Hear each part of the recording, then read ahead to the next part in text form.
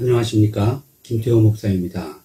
여러분과 함께 하나님의 말씀을 살펴보기 위해 오늘부터 인터넷 방송을 시작하게 되었습니다. 앞으로 은혜로운 하나님의 말씀을 통해 여러분을 찾아뵙도록 하겠습니다. 아무쪼록 많은 성원 부탁드리겠습니다. 오늘은 그 첫 번째 시간으로 믿음에서 믿음으로 라는 제목으로 함께 말씀을 나누도록 하겠습니다.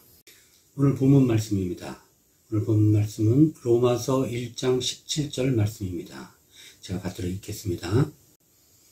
복음에는 하나님의 의가 나타나서 믿음으로 믿음에 이르게 하나니 기록된 바 오직 의인은 믿음으로 말미암아 살리라 함과 같으니라. 자, 오늘 본문 말씀을 보니까 복음에는 하나님의 의가 나타났다 이렇게 말을 하고 있습니다. 그러면 하나님의 의가 무엇일까요? 하나님의 의를 올바로 이해하기 위해서는 정의의 개념을 알아야 합니다. 그러면 정의는 무엇일까요?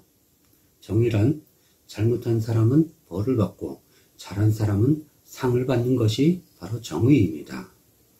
그럼 정의에 따르면 죄를 지은 인간이 어찌 되어야 한다는 말씀입니까? 그 말씀 역시 성경에 있는데 로마서 6장 23절 말씀을 보면 죄의 삭은 사망이라고 말하고 있습니다. 그렇다면 정의에 따라서 인간은 죄를 지었고 죄를 지은 인간은 죽어야 마땅하다는 말씀입니다. 그렇다면 이제 하나님의 의가 무엇인지 보다 쉽게 이해할 수가 있습니다. 정의에 따라 죽어야 되는 인간을 하나님께서 살리시기를 원하셨습니다. 그리하여서 인간 대신에 속죄 제물로 예수 그리스도를 보내셨고 예수 그리스도께서 돌아가심으로 말미암아 정의에 따라 죽어야 할 인간이 살게 될 길이 열리게 되었습니다. 이것이 바로 하나님의 의인 것입니다. 그렇다면 하나님의 의는 예수 그리스도다 라고 말을 할 수가 있겠습니다. 복음에는 예수 그리스도가 나타났고 예수 그리스도가 나타나서 믿음으로 믿음에 이르게 되었다고 말씀하고 있습니다. 그렇다면 믿음으로 믿음에 이르게 한다는 말씀이 과연 무슨 말씀일까요?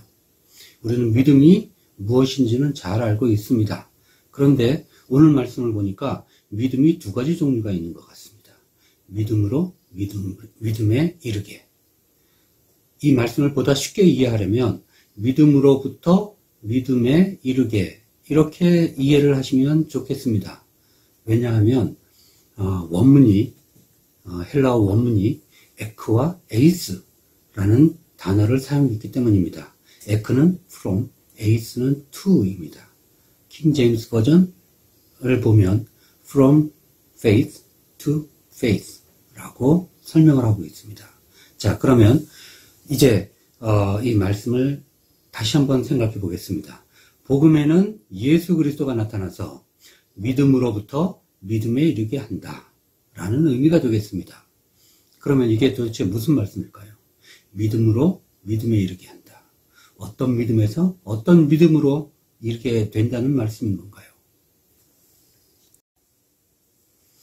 어느 매우 영감 있는 목사님께서는 앞에 있는 믿음을 객관적인 믿음, 뒤에 있는 믿음을 주관적인 믿음 이렇게 해석하셨습니다. 이 해석은 매우 적절한 것 같습니다. 그렇다면 객관적인 믿음이 무엇일까요? 객관적인 믿음이란 우리가 주일이 되면 깔끔하게 차려입고 성경책을 끼고 시간에 맞춰 교회에 가서 예배에 참석을 합니다. 우리의 이런 행위를 보고 사람들은 저 사람이 믿음이 있구나 이렇게 생각을 합니다. 이것이 바로 객관적인 믿음입니다.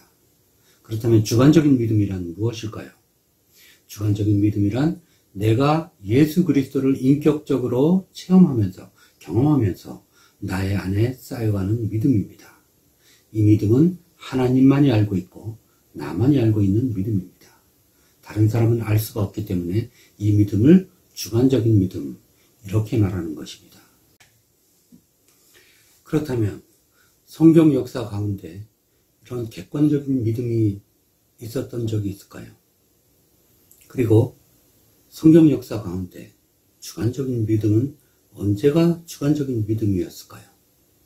이 부분에 대해서 잠시 생각해 보도록 하겠습니다.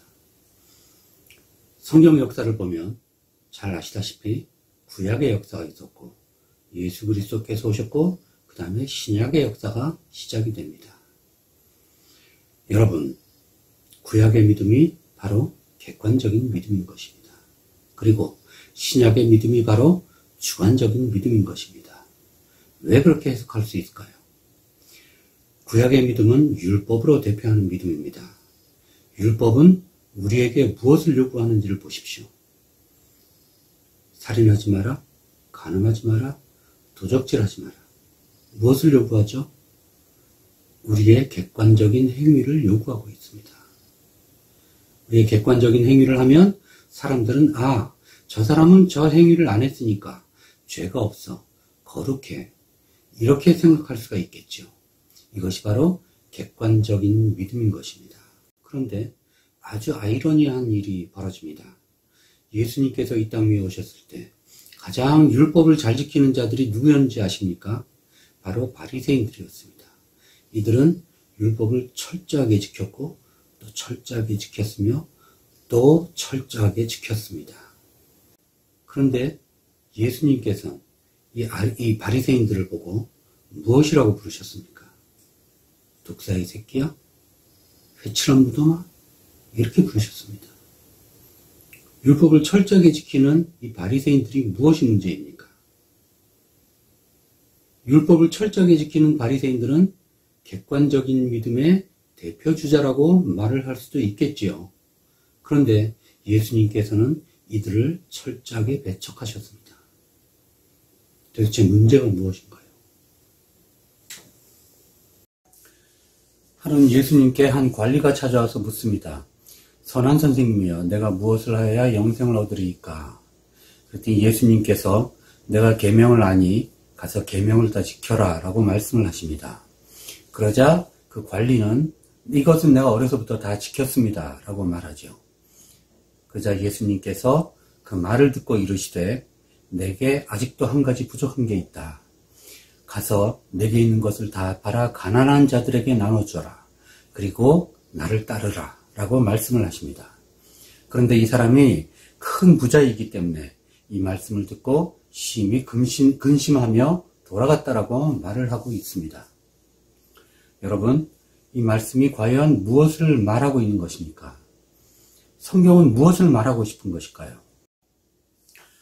여러분은 이 말씀을 어떻게 해석하고 계십니까? 이 말씀 뒤에 예수님께서는 낙타가 바늘구멍으로 들어가는 것이 부자가 천국에 들어가는 것보다 더 쉽다고 말씀하십니다. 이 말씀으로 인하여 시험에 드는 성도님들이 많은 것으로 알고 있습니다. 어떤 성도님께서는 저에게 직접적으로 부자는 천국에 들어갈 수 없는 것이냐고 따지듯이 묻는 분도 계셨습니다. 여러분, 이 말씀은 부자가 천국에 들어갈 수 없다는 말씀이 아닙니다. 예수님도 이 사건의 뒷부분에서 이르시되 무릇 사람이 할 수 없는 것을 하나님은 하실 수 있느니라 라고 말씀하십니다. 이 사건을 올바르게 해석하기 위해서 우리는 오늘의 주제인 믿음에서 믿음으로 라는 관점으로 보아야 합니다. 예수님이 가진 것을 다 팔아 가난한 자들에게 나눠주라는 말씀은 결국 이웃을 사랑하는 말씀인 것입니다. 이제 그 증거를 보여드리겠습니다. 마태복음 22장 18절 이하의 말씀입니다. 제가 읽어보겠습니다. 예수께서 이르시되 내 마음을 다하고 목숨을 다하고 뜻을 다하여 주 너의 하나님을 사랑하라 하셨으니 이것이 크고 첫째 되는 계명이요 둘째도 그와 같으니 내 이웃을 내 자신과 같이 사랑하라 하셨으니 이 두 계명이 온 율법과 선지자의 강령이니라. 자, 결국 이 사건은 이웃사랑이라는 결론에 도달하게 됩니다. 이 사건은 옳아 보이는 율법의 행위의 원천이 과연 이웃사랑인지 아니면 많은 바리새인들과 유대인들이 그러했듯이 객관적인 믿음만 있기 때문인지의 차이인 것입니다. 이 부자 관리에게는 이웃사랑이 있는지 확인해 볼 수 있는 방법이 바로 가진 재물을 다 팔아 가난한 자들에게 나눠주는 행위였던 것입니다. 그리고 예수님께서는 그 핵심을 정확하게 찌르셨던 것입니다. 여러분, 이제 이 말씀에 비춰 우리의 삶을 돌아보아야 할 차례입니다. 우리는 주일날 거룩한 모습으로 예배에 참석해서 하나님을 찬양하고 헌금하고 웃는 모습으로 또한 봉사합니다. 그런데 과연 이러한 행위가 우리 속에서부터 우러나오는 모습인 걸까요? 왜 많은 장로님, 권사님, 집사님들이 교회에서는 거룩해 보이시는데 세상에서는 거룩해 보이지 않는 걸까요? 그 해답이 바로 믿음에서 믿음으로 라는 오늘 말씀에 있습니다. 즉 우리에게 객관적인 믿음은 있는데 주관적인 믿음은 없기 때문인 것입니다. 객관적인 첫 번째 믿음을 가지고 있는 우리가 반드시 풀어야 할 과제가 있습니다. 바로 두 번째 믿음인 주관적인 믿음으로 나아가는 것입니다. 이제 그 방법은 두 번째 믿음에서 믿음으로 시간에서 함께 생각해 보도록 하겠습니다. 처음 시간이라 여러 가지 부족한 점이 많았습니다. 부디 넓은 아량으로 보아주시고 다음에는 더 나은 모습으로 찾아뵙겠습니다. 오늘은 여기까지입니다.